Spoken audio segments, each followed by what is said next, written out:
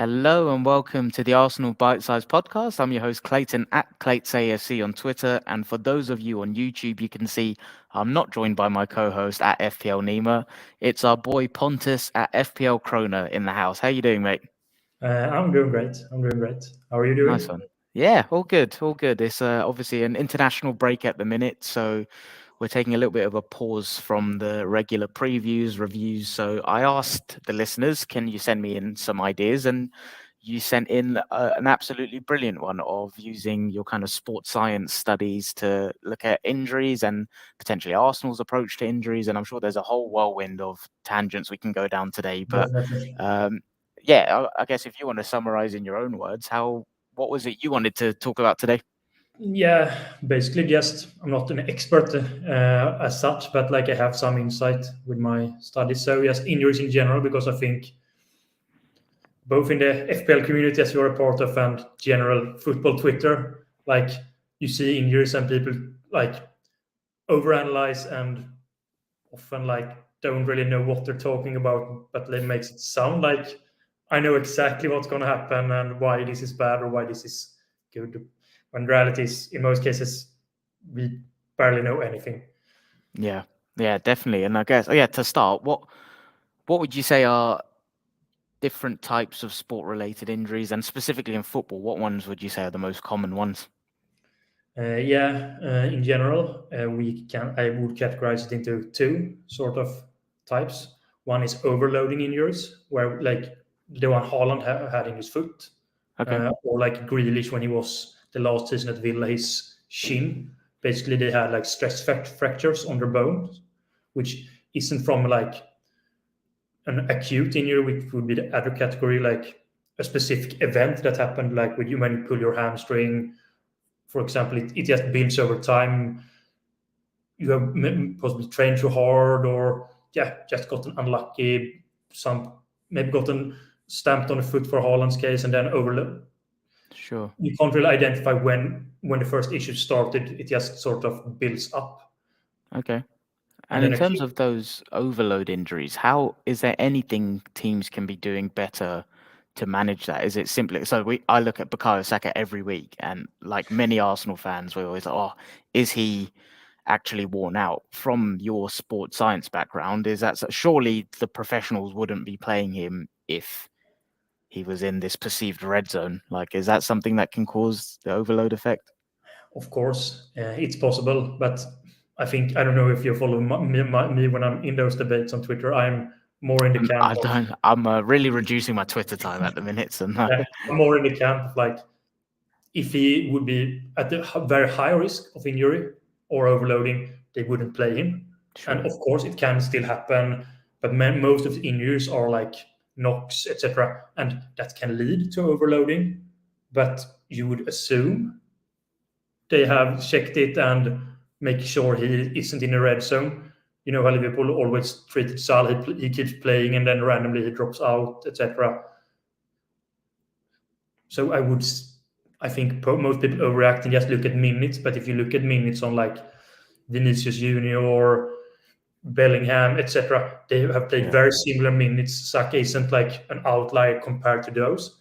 Sure. Of course, some people can't handle those minutes, but from what the evidence we see, Saka can handle it. Should he still be managed carefully?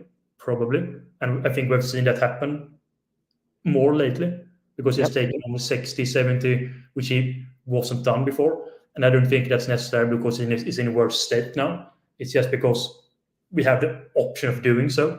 Before we needed him for 90 minutes every week, and they Sure. didn't see it Okay. as a complete risk. Cool. And then in terms of you spoke a little bit there about splitting it into two camps, right? What would you actually say are the common injuries specifically within football within the two camps there? And in terms of recovery times, how do clubs go about phasing people back? And would you be able to use any specific examples there? Arsenal one's even better. Yeah, I think overloading is not often that we see or hear about. Haaland's case being a rare one, Grealish another one. I think those are the ones that stick out to me that I remember. But like, I think those are more treated like behind the scenes because we don't see the injury happen. So the journalist won't ask the manager why someone is missing out in a random game here and there, and that's maybe all that's needed. They might get managed in training. Like I think we have just Madison from Spurs. He's currently Yeah. getting managed a bit, doesn't train all the time, probably because he's on the limit from something that's been going on. But overloading, I don't think we hear about. I think it's more common than we think and believe. But like they manage it during training, or maybe miss out a random game here and there. Sure. The acute injuries we obviously see because we see them when they happen. We see when they pull a hamstring, when they get the ankle twist, timber. Even the You can't like miss that. the acute injuries, like pulling a hamstring, is that just randomness? That's got nothing to do with a potentially strained hamstring from overloading, or can the two coexist? Yeah, obviously it's a gray area. It's not like you can split it and they don't. But in general, in most cases, they are split apart. But if you overload someone, and especially after first injury, like hamstring is the worst one. It's very Yeah, well I've done that studied. myself. I Yeah, felt like an and elastic band snapped inside my leg. Yeah. exactly. And it's also the injury that's most studied and that's shown to be the injury. If you injure a hamstring once, it has an extremely high chance of re-injury and recurrence. And that's Okay. almost independent of how you treat it, how well you recover. It just, we don't know why. It's just Sure. something about it makes it likely to happen again. And it also is, you often get like a niggle somewhere else after a hamstring because some things seem to happen with the compensation. You compensate a bit, maybe, and that happens without the person himself knowing. So he feels fine in the hamstring and everything's good, but he compensates. So when he needs to go up to that, match level, it's different from training. Sure. Like it can't be argued. So when he goes up to that intensity, something has been compensated throughout the recovery, and then he gets another injury, or yeah. So hamstring Sure. is the Okay. And toughest to get, and you consider Reece James, perfect example, constantly injured, started with hamstring issues. that's a really good example. So someone like him, like I think he's become a bit of a meme in the fantasy football community, but like taking rivalry aside and all of that, obviously it's a shame to see a talented footballer constantly plagued by injuries. Is it something that is recoverable for him? Like you say, their hamstring is something, once you've done it once, it will continuously potentially affect you. Is there a case to say he will always be someone that suffers from injuries? I would say now, when he has had this many injuries, it's not just like one, two, three.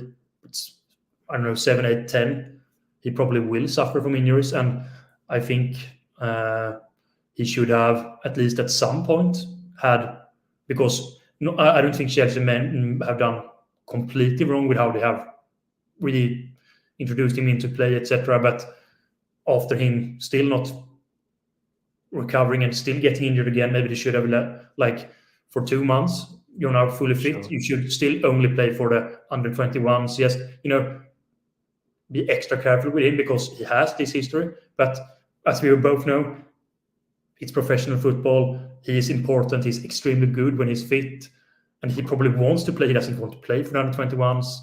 So, and he probably is fit as far as you can tell, because you can't really tell all perfectly, because if you do that, everyone has an injury at Yeah. that level. They have knocks every week. Every player probably has it. Like, so it's tough, but for his sake, probably should take like 2 months and not play at the top level and build match fitness in other ways. But And do you think, would there be, because I'm guessing the pressure for him, well, perceived pressure for getting him back, getting him on the pitches, it's obvious he's one of Chelsea's best players when available. yes, Chelsea have objectives and goals they need to hit. But is this an area where the sports science department, or even Reece James's personal training coaches or whatever, I feel like a lot of football players have their own personalized programs. Should those professionals really be pushing back to the clubs saying, like what you just said, he needs 2 months out? Or like right now it feels like the manager kind of has the manager has the information to then make a decision. Should it be the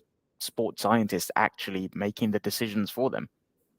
I think it should, because like at that level, of course, he's a Chelsea player since and have been a fan since he was young. Like, he wants to play, the coach wants to play him. So if the coach hears from the player, I am ready, I want to play, they won't. And the sports science team probably says it's a risk, but because they can't say he's 100% fit, but they can't say he's 50%, and they can't say he will definitely get injured. But with his history he has now, they probably should, like, just no handbrake on, maybe not even play this season and just have a full recovery season during the summer. Like, don't rush him anymore.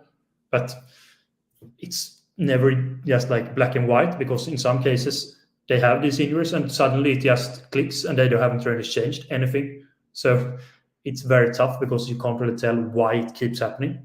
Sure. Okay. And then with that in mind, like, one of the questions written down is, when players are ready to return to play, right? Why is it that it differs so much between injuries, and why is it difficult for the clubs to actually get it right? Yeah, mainly because, like we talked about a bit here, like the player pushing, the coach pushing, everything around, but also like most injuries you need to do like MRIs to be 100% sure. Even when you do an MRI, Okay. if there is Didn't know that. but even if you do an MRI, it could show it's like not completely fully healed, but you can play with not completely healed because it will be fine, and still, so you don't have any issues with it. So it's not like black and white, 100%, 0%. There are like gray areas. You can play with 75%, and some players just get unlucky and maybe just can't handle the intensity and level of training, etc. It can just be like Wilshere, for example. He's perfect Arsenal example. Yeah. His body probably couldn't take the physical level. So with him as an example, sorry to interrupt you, is he, No worries. again, general narrative, we all say, oh, Wilshere got plagued by injuries. Is it as simple as that? Yeah, I think so. Like, or he probably. I'm not at the physio department or sports science department there, but I don't think that, you never know. They probably rushed him back and he wanted to play. But some players, like Diaby, is the same case. They just probably can't handle the intensity that needed for the top level. It could be as simple as that, and their bodies. That would have happened no matter what, even if you recovered for 5 months extra. It's And is there always anything players like that? It's like, so let's just say there's a super talented player, and for whatever reason they are susceptible to consistent injuries. Is there anything those players can do other than, like you say, kind of force their rest a little bit longer to prolong the longevity of their careers? Is there anything they can do? probably, but I don't know exactly what they can do. But like, I would try everything, like try different things, try doing extra mobility training, even if like mobility training in itself isn't extremely well researched to be found working for this. But like, when you have that level of problems, try more unconventional treatments, unconventional ways, because the conventional isn't working for you. So Sure. but I don't think there is anything they can do. Some people's bodies just can't handle that. Everyone aren't built to perform at that level. It's just that sad. If I was a professional, I'd be screwed, because I've done like ACL, MCL, meniscus, broken ankle, got runner's knee at the minute. It's an ever-ending. And on that note, Uncle Mike's in the chat. Afternoon, gents. Uncle Mike has unfortunately had knee surgery, so he's currently resting and in the war zone. So he wouldn't make it at the Arsenal either. Jurriën Timber, can you talk to me about his injury? And well, I don't actually know specifically what he did. I think it was an ACL, right? I think it was ACL, possibly. I mean, it's again, as well, because narrative-wise, it seems to be like, how the hell is this guy back available in first-team selection in the month of March when he did this in August? Like, why is he back sooner than expected?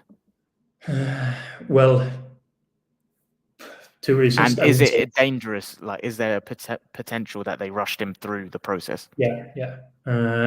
I would say yet he probably isn't that 100% fitness back, like, playing for starting. But it's tough because it's extremely from person to person.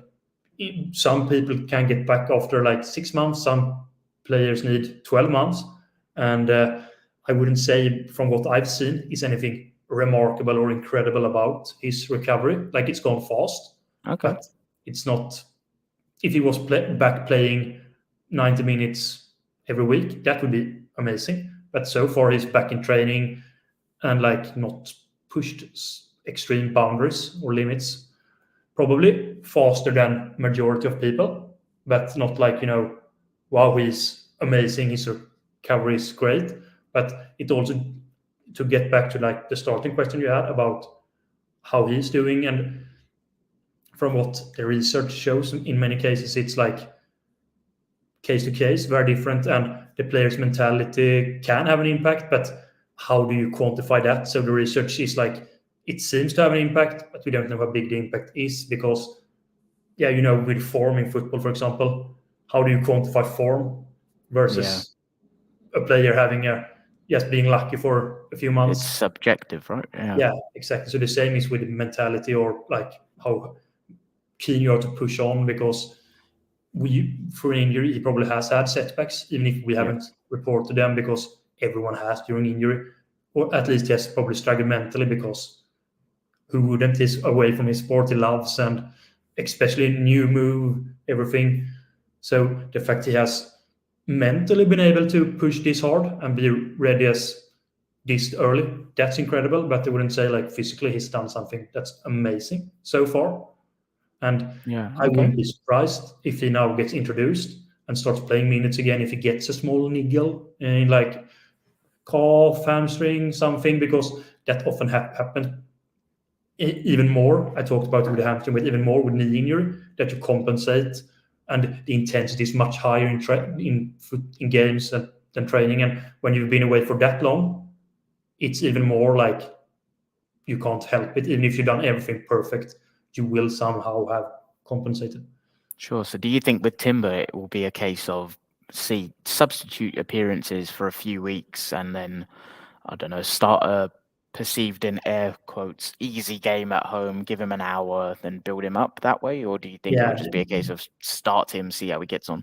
I think substitute appearances, for at least that's how I would do it. Or my guess would be is start with sub appearances, maybe even start with 5-10 minutes just to get him ready. Okay. The intensity, so increase it gradually. And we don't know how he recovers. He might already be at the level where he could theoretically have played 5-10 minutes, and then maybe 15 minutes.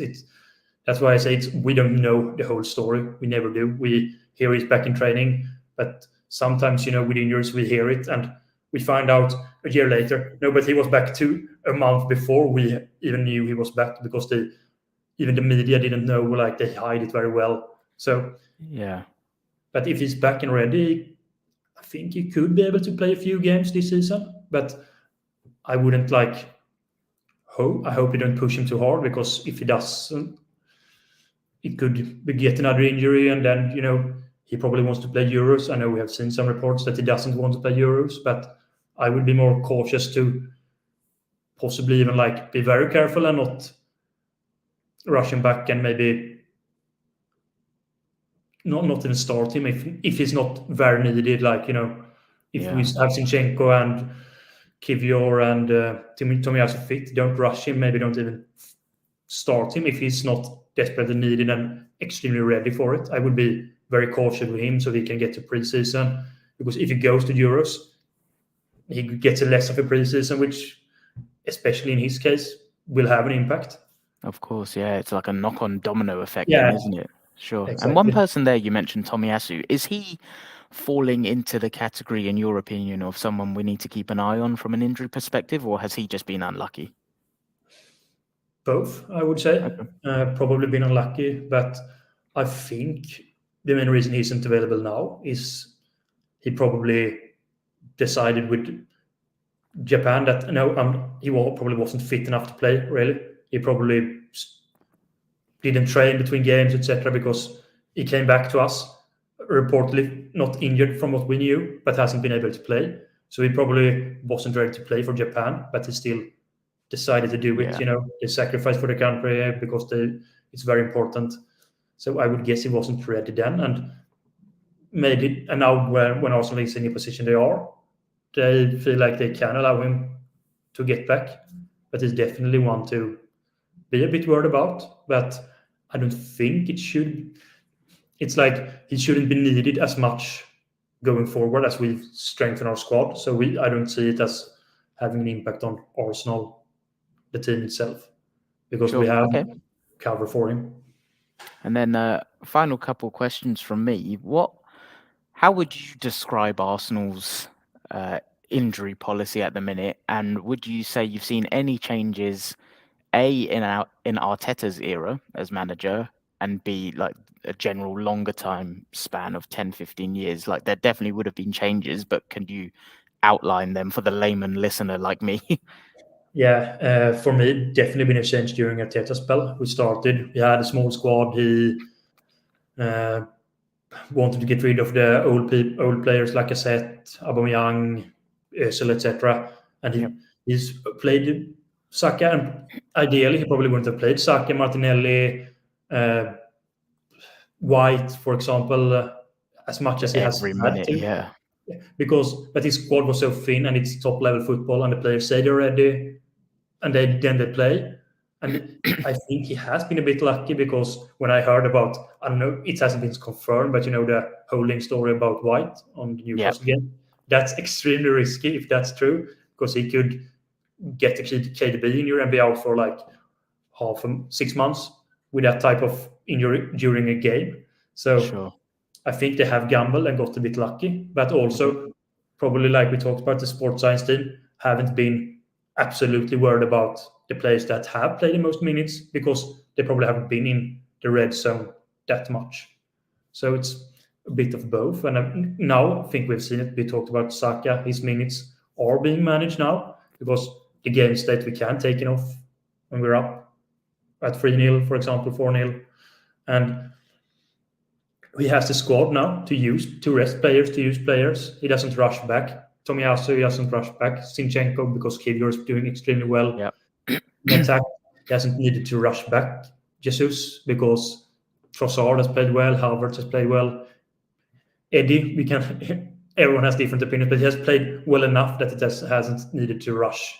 Yeah, and Partey as well. I think Jorginho, Rice, obviously being Declan Rice. Yeah, okay, interesting. Exactly. So I think because he now has the squad, him and the sports science department doesn't gamble as much. They probably could be ready, but they don't need to force it. So now, and especially with the trauma Arsenal fans have, and probably Arteta and the team themselves have from last season, where Saliba and Tomiyasu got injured at the same time, they probably want to have more fit for the late run now, especially with Champions League and Premier League going at the same time, and every game will be extremely important now. Yeah, and now, like, I think, okay, it's dangerous to assume this, but let's just assume we go through in the Champions League quarterfinal, we get to the semi-finals. From the Man City game until the end of the season, we basically have a game every 3 days. Other than managing the squad of available players, what will they be doing behind the scenes to to minimize potential for overloading and acute injuries? Yeah, behind the scenes, if someone is near in red zone, probably don't train a week. And what is the red zone, by the way? Is that a real thing?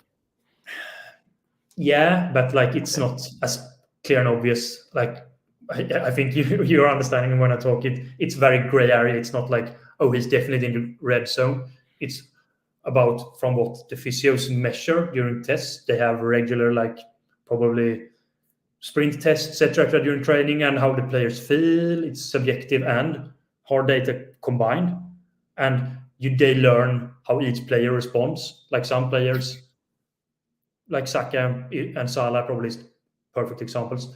They probably recover extremely fast, and the science department probably knows that, so they give him a bit of extra time and can push him anyway. But some players, like Partey, he should probably be treated the other way because of how.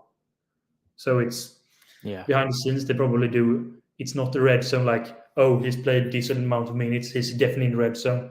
It's how quick do they recover? How are they feeling mentally? Are they mentally tired? Because then they might not be able to push themselves. And if they then push themselves and are mentally tired. Yeah. So And it's this is not where like there's, I guess, a reliance on the players to actually be honest as well, right? Because I think exactly. the first example that springs to mind is Kieran Tierney, Yeah, where he didn't tell the medical staff about the I can't remember the specifics, and you may be able to recall the story I'm trying to get at here, but I remember there was a story about Tierney not reporting something yeah. he felt, I, and I I don't know it exactly, but I remember the story. yeah, and then And he that's turned like out to be out for a crucial period of the season, and yeah, yeah, exactly. And that's if the players aren't honest, maybe because, and I understand why they aren't, because top level, they want to play, they want to be there, they want to be ready, and they don't sometimes. Yeah, it's not too bad, but a not too bad can evolve into something very bad. So yeah, it's a tough line to juggle. Essentially, it's not sure, like green zone, yellow zone, red zone is something that you can like point out exactly. Sometimes you probably don't know. yeah, okay. And in Uh, terms of like just Arsenal over the years, so I feel like I don't know if this is just variance and randomness, but I feel like we've gone through periods where, let's just say the Emirates era, 2006 onwards, there's been periods where I'm like, oh my God, we're just like the most cursed team with injuries. And then there's been periods where I'm like, wow, they're managing it really well. Even in Arteta's era, I feel like there's been periods where I'm just yeah, like, wow, we're firing on all cylinders. People look fit, healthy. Like, is that randomness? Or is there, because I'm guessing in the span of 18 years, sports science has evolved in its yeah, education, right? Well, you'd hope so. So, like, incredibly what generally. are some of the fundamental principles that are being taught now that are beneficial to injury management that we wouldn't have had, I guess, in 2006?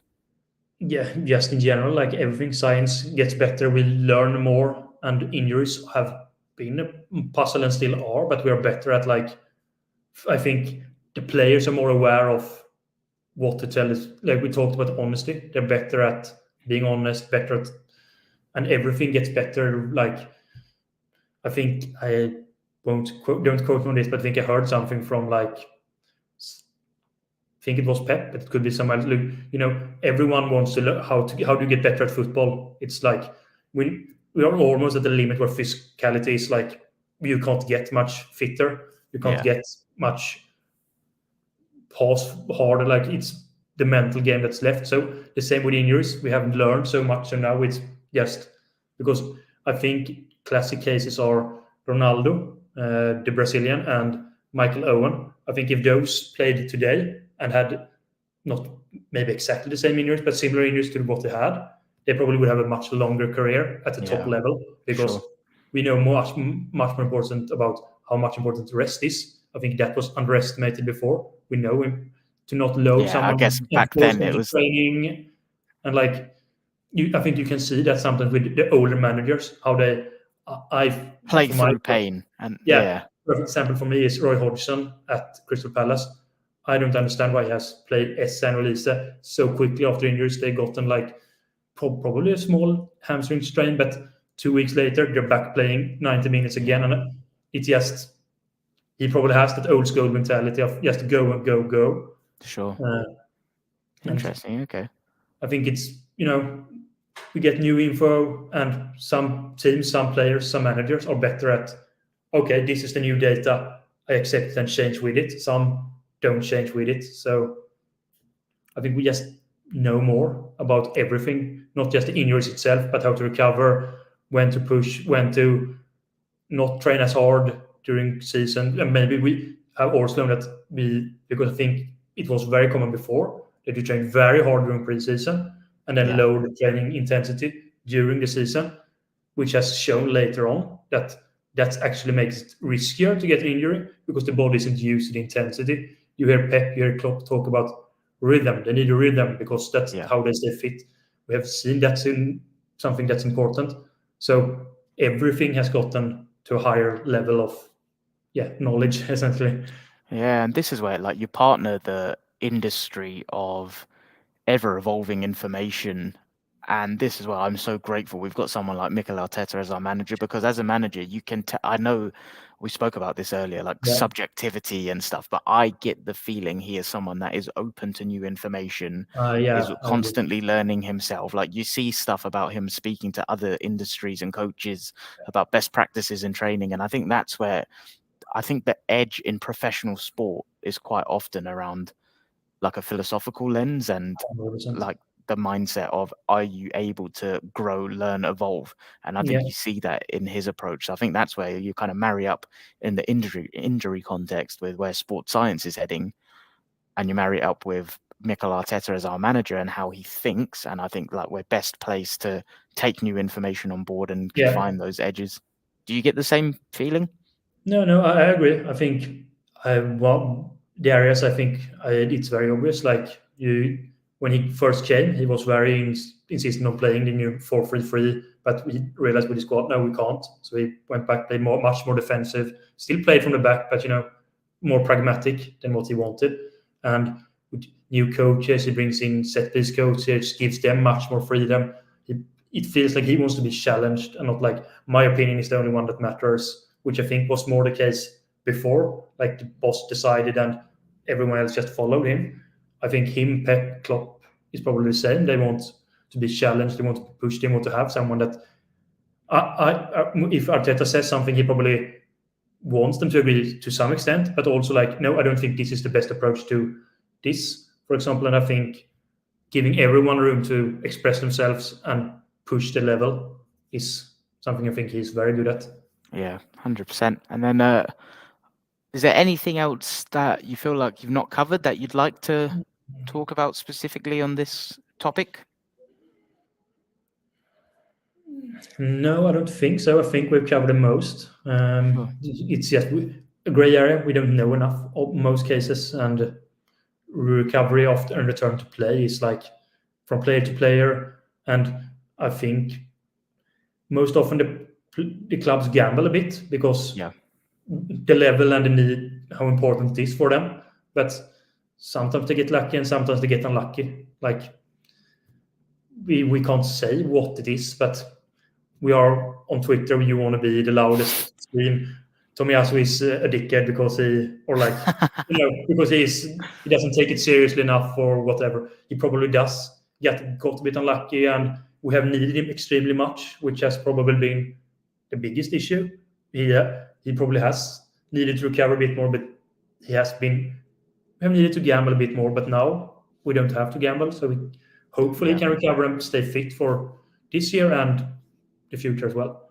Yeah, nice one. And let's pray we get some forward depth in the summer so we can continue to take Saka off on Exactly. 60 minutes. Pontus, that was absolutely brilliant. Thanks a lot for joining. Yeah, it was really good to get your insight and opinions based on someone that's actually studying in the area. So yeah, really appreciate you coming on. And for anyone that doesn't follow Pontus on Twitter, you can follow him at FPL Krona on Twitter. So yeah, nice one. And if you enjoyed this episode, something a bit different to what we usually do, please hit the subscribe button on YouTube, drop the stream a like, give us a review on podcast if you're listening. That helps us out a lot. And I'll be back at some point during the next week or so with FPL, he's not FPL, sorry, Finn AFC. So we're going to do another Arsenal Archives episode where he talks about his trip to Valencia. The previous one he did was the FA Cup final against Chelsea in 2017, where, yeah, we had a few laughs on that one. So looking forward to that one. But yeah, Pontus, brilliant. Thanks a lot again. Thank you. We'll be back next week. Up the Arsenal.